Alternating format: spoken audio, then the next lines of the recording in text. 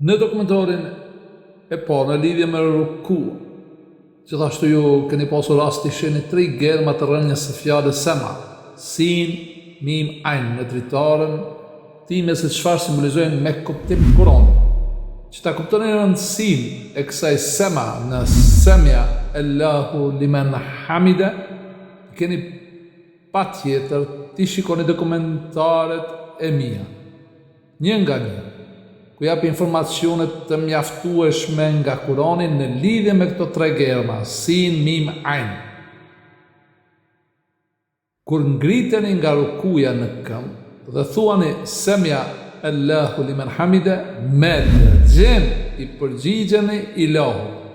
që të prekeni me dritën e tij, e cila dritë tepërton nga kapaku i kokës në zemër të njeriu,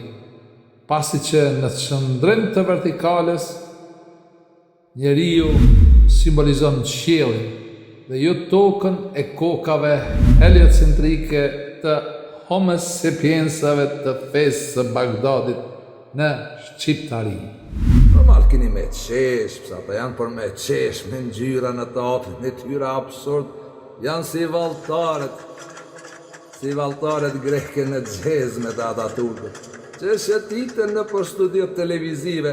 për ta kënaqur shumicën e konsumatorëve, si në kohën e kolisiumit romak,